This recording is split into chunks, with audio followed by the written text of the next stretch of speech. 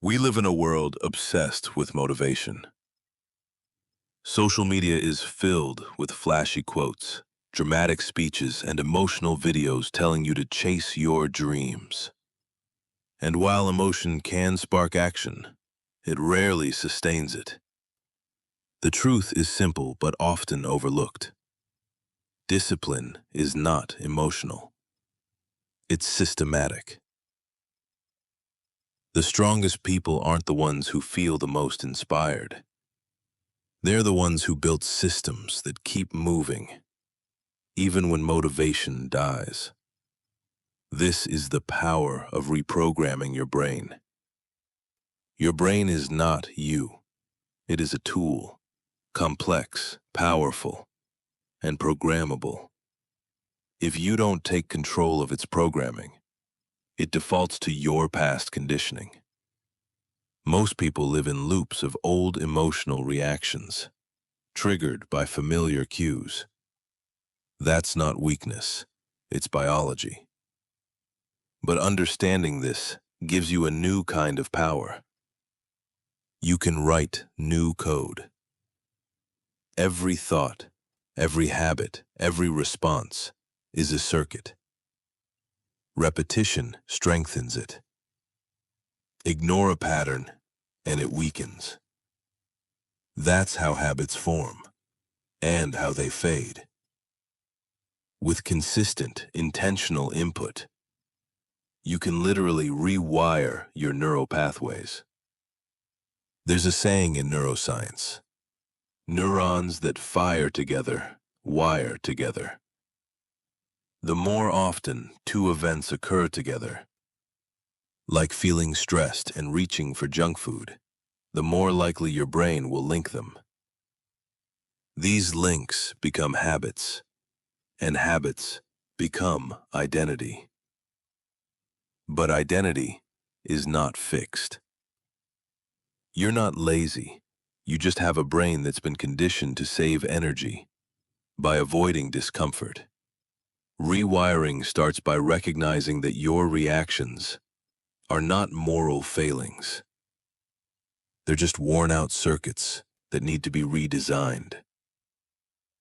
Start with one action, one habit, one intentional interruption of the automatic. That's where the work begins. The brain's ability to change itself is called neuroplasticity, and it's available to you at any age. The myth that people don't change has been dismantled by neuroscience. In fact, the brain thrives on challenge and novelty if you can stay conscious through the discomfort. Change isn't about becoming someone new overnight. It's about interrupting patterns long enough for new connections to form. That takes consistency, not perfection. Slip-ups don't erase progress. They're just signals that more reinforcement is needed. Progress is not linear. It's layered. Your emotional reactions feel instant, but they're not uncontrollable. When you experience anger, fear, or anxiety, it originates in the amygdala, your brain's primal alarm system. But the prefrontal cortex, the part of your brain responsible for rational thinking, can override these impulses. How? Through awareness. When you name an emotion, "I'm feeling overwhelmed," you engage the prefrontal cortex and reduce activity in the amygdala. This process, known as affect labeling, has been proven to lower emotional intensity. You don't have to suppress your emotions. You just have to step into the observer's role. Watch, name, breathe, and choose. That's real power, not the absence of emotion, but the ability to direct it. Between stimulus and response lies a space. In that space is your freedom to choose. The pause is the beginning of transformation. When something triggers you, an insult, a craving, a fear. You don't have to react immediately. A short pause, even just 10 seconds of conscious breathing, shifts your nervous system out of fight or flight mode and into a state of regulation. This isn't spiritual fluff. It's neurobiology. Breath affects the vagus nerve, which controls the parasympathetic nervous system. Inhale for 4 seconds, hold for 2, exhale for 6, repeat. That's all it takes to regain control. Each pause builds a new reflex, awareness over reaction. With practice, the pause becomes your new instinct. Discipline isn't about willpower, it's about design.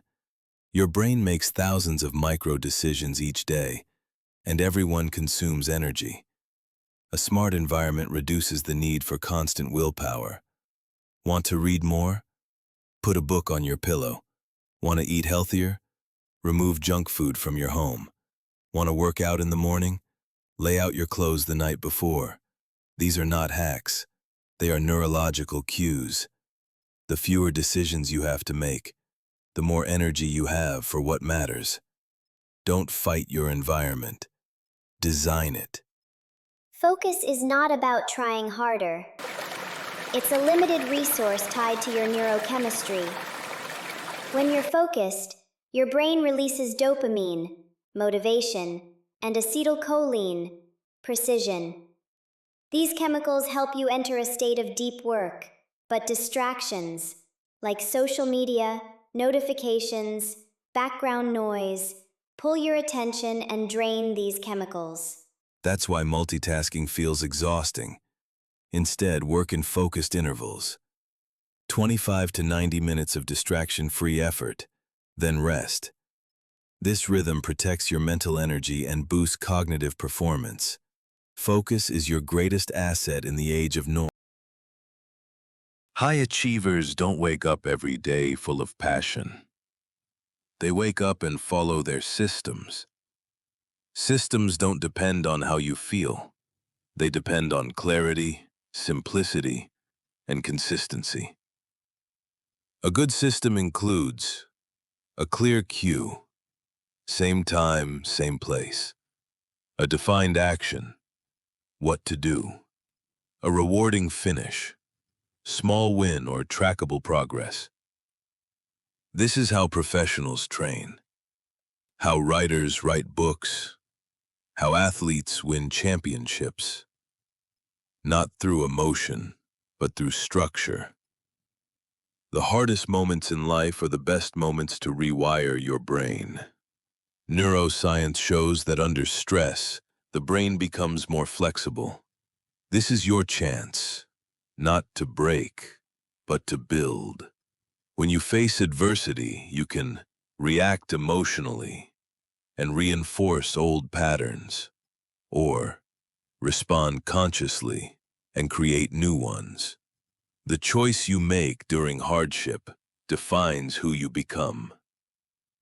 That's not philosophy, it's neurobiology.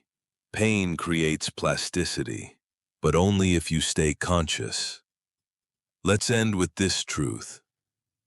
You are not born disciplined, you build it. Strength is not something you have or don't have. It's something you choose, systematize, and reinforce every single day. You don't need to feel ready. You don't need to be perfect. You just need to repeat.